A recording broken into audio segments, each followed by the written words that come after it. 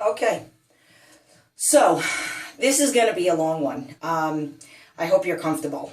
I am going to fill you guys in on, I am like an open book, and I've told my story, but there are some things about my story that I haven't told that have been fairly recent.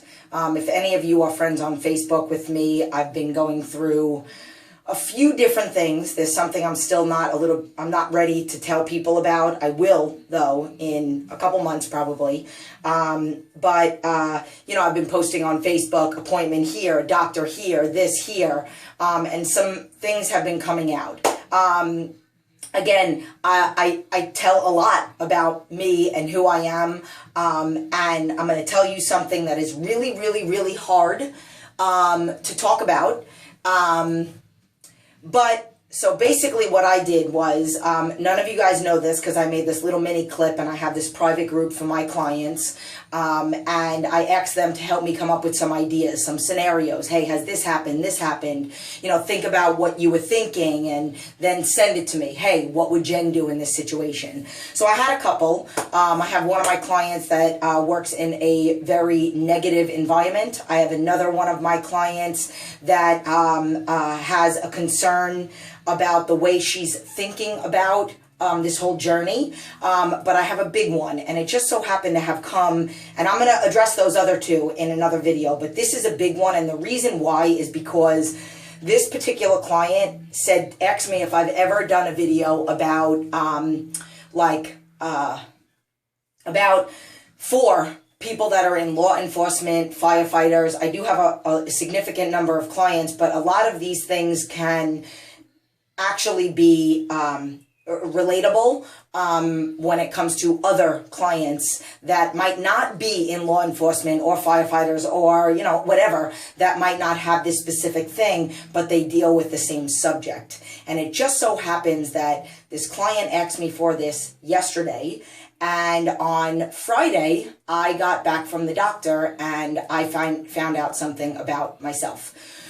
So I'm going to super rewind. And I talk to you guys all the time about how, like, I got Post-its everywhere, all over my house. There's another one right there. I don't know if you can see it. I don't think you can.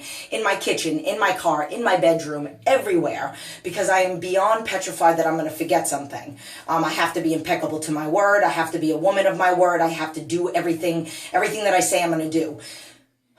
I do have the world's worst memory, and I struggle with memory issues. This partially happened when a pregnant client of mine asked me a question about my pregnancy, and I had a hard time remembering it. I was actually going to bring out a photo album to you guys right now and show you like a picture of me at karaoke when I was at New York Sports Club with my friend Candace, and I was going to point to that picture and say, I do not remember this. I can't remember a lot. I can't remember a lot about the pregnancy of my son. I can't remember a lot about things that are fairly recent.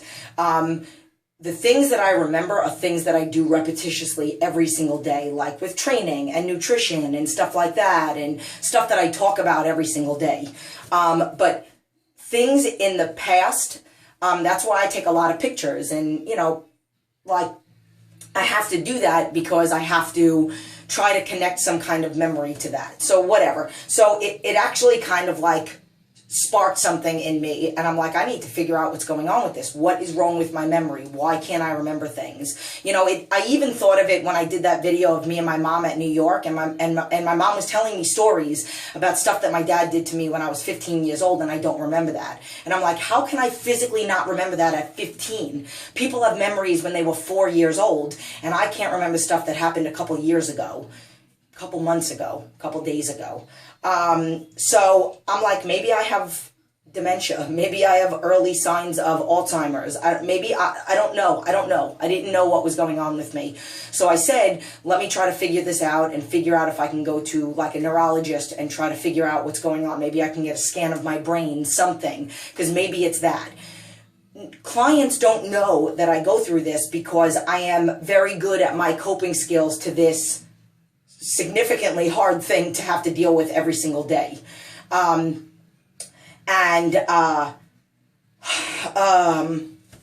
so basically I made this appointment a little over a month ago, went and I saw her. She said, I can take you to go get an MRI, but first and foremost, she asked me some questions. You know, I have gotten into 2 car accidents fairly close to each other. I'm also in a lot of physical chronic pain every single day.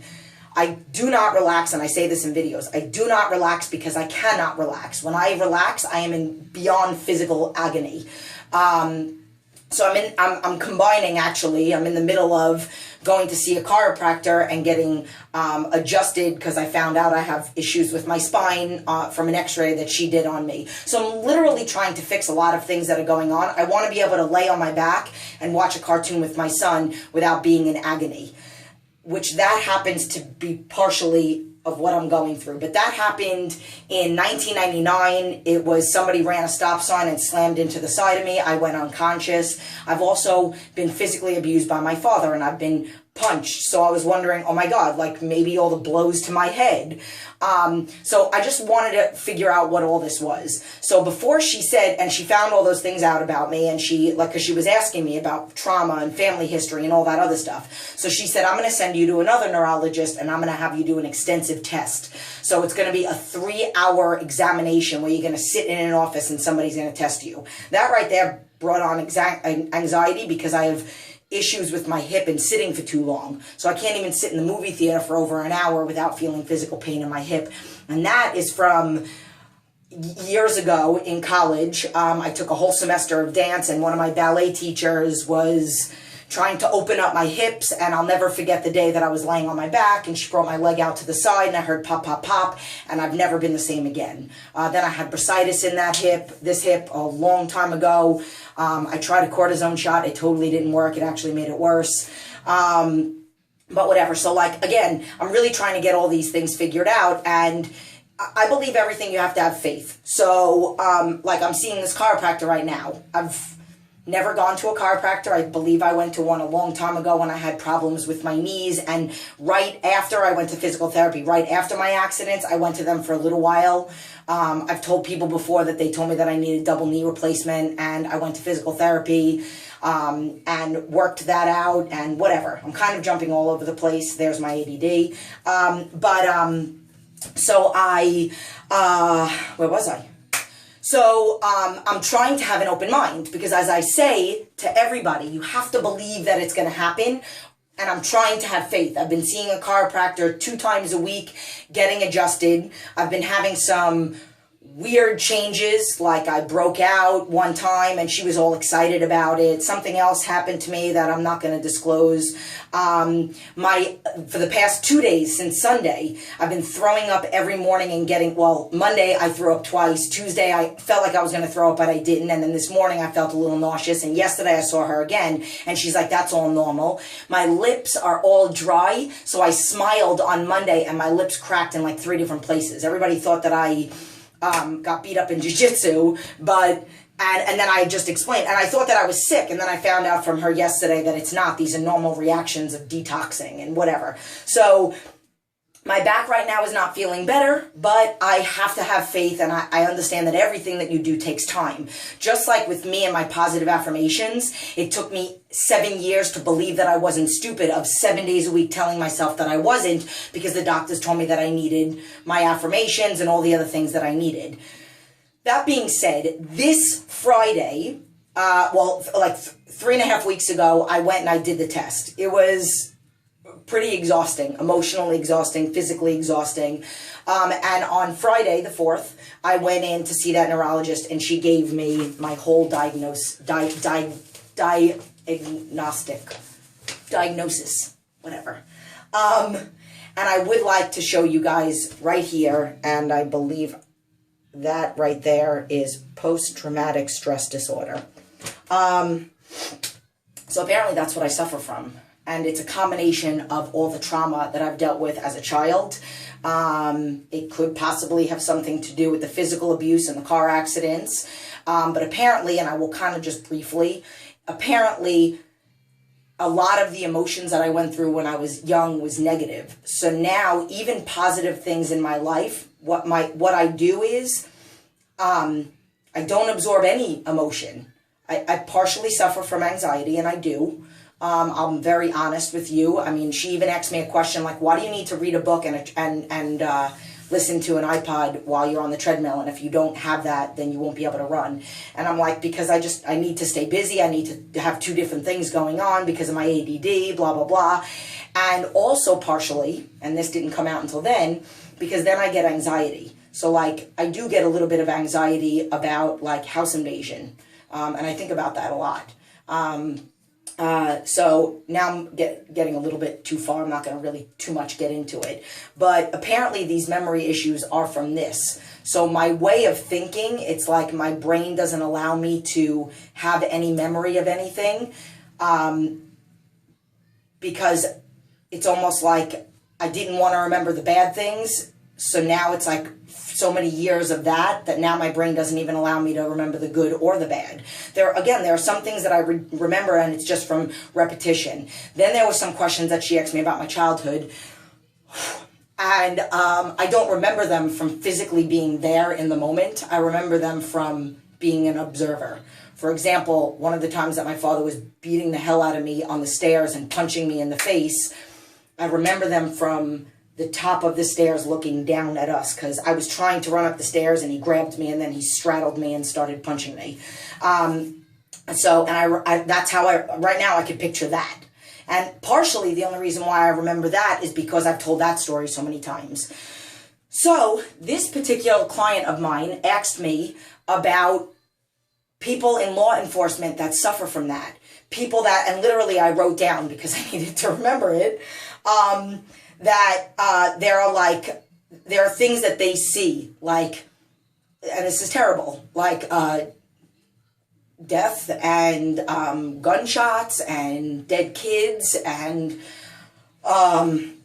there are a lot of things that come with that. There are people that, and one of the things that she says, oh God, where did she say it? Your mindset, they teach you about your mindset on how to deal with it at the moment, but most people don't know how to deal with it afterwards. So she said, critical, especially after like a critical incident, most people turn to drinking and eating. And then another thing that she said is you never really know when you're going to have a trigger. Like, who knows? I could, and this actually happened to me. I could be out somewhere. Like I remember a couple years ago, and I only remember this because of something that happened and then a story that my mom told me, but I smelt something. We were out at like a park and I smelt something and it reminded me of the family reunions that we had, but I couldn't remember the family reunions. But I remembered I remembered my mom telling me a story of something that happened at a family reunion, and I remembered that smell. But that's what we're talking about. Like, that's what this client was asking me about. What do you do about those things? How do you deal with these traumatic experiences, whether they're from the past and you don't want them to come up again, or just deal with them in general? So with me, I mean, I had a nervous breakdown. I was in the hospital for 7 days, and then getting out of the hospital, I dealt with it, and I did my therapy, and I was in the hospital for 7 days. I don't remember that experience. I do remember things because I've told the story over and over again. So like right after it happened, I started telling the story over and over and over again. But if it was something that I did and then fast forwarded 5 years, I wouldn't remember it, or there are some things about it that I don't really remember. But I know that it was hard work, and I know that I worked 7 days a week for a couple years, and that was partially because I needed to stay busy because I listened to what the doctors told me. So right now, I'm gonna be honest with you guys. Right now, I have to learn how to retrain my brain to think, to slow down. They did so many tests on me about my thinking pattern and my accuracy during these tests. Anxiety, memory. She told me a story. I had to try to remember the story. And the way that my brain thinks, it's like it almost just has to get through it. because I don't want to have anxiety about it and then I don't remember like all the stories. She asked me, what was the girl's name? What was the story about? And I remembered nothing, because immediately when she started the story, I was like, there's no way I'm going to remember this. Oh my God, I have to remember what size shoe, 6 shoe, and I was having like a little bit of a panic attack. And that happens to people, and that happens to people every day. And I literally made myself not remember that story because of what I was thinking. It's hard to retrain yourself, but and here's what I'm going to do for you guys. I'm starting, literally, I'm in the middle of playing phone tag with somebody that I'm going to be meeting with once a week. And this doctor told me that this is going to be something that I suggest that you do, learning about, cognitive behavior. And I have to learn how to retrain my brain. So not only do I have to meet with somebody, but then I also have to do my exercises. So I'm sitting there in the doctor's office with her, and I'm like, I'm excited. Like, I'm so excited about this, because I'm excited that I'm going to get to learn things about how to maybe not have as much anxiety, and I'm going to share that with you guys. This is going to be a journey that I'm going to go on with you guys, and I hope that this helps you. There are some things that I've already learned in the past about how to deal with it, because I should be depressed right now. I should be totally unhappy that I just found out that I had this. I should be, oh my God, I'm crazy. And, a lot of people think that they are. But I've learned, and again, these coping skills that I developed however many years ago, right when I was in the hospital after I had my nervous breakdown for these things, I developed these coping skills, and they've helped me get to here. Granted, this is a new thing that I'm going through, but I should not have a healthy life, a healthy business, a healthy son, a healthy relationship with my husband. I shouldn't. Most people don't that have this. But because I followed my own coping skills and I did what they told me to do every single day, it has worked and gotten me here. Granted, it's something I'm still struggling with, and I know people, and that's why I tell people all the time, you will never not have this condition. You will never not be emotionally connected to food. But when you teach yourself over and over and over again every day on how you struggle with daily life, how you should watch my video on how I handle curveballs. Always planning for worst case scenario, always having a backup, having in your iPod the secret. And when you're feeling like you're in a funk, or when you have somebody negative that's around you, you turn around and you go and you listen to that. You remember, like, maybe you wear a certain ring that you buy, and this ring is supposed to be linked to positivity. Maybe it's a ring with a color that makes you happy. And every single time somebody does something negative, you look down at that ring, and that reminds you that you have to go do your affirmations. So things are linked to things.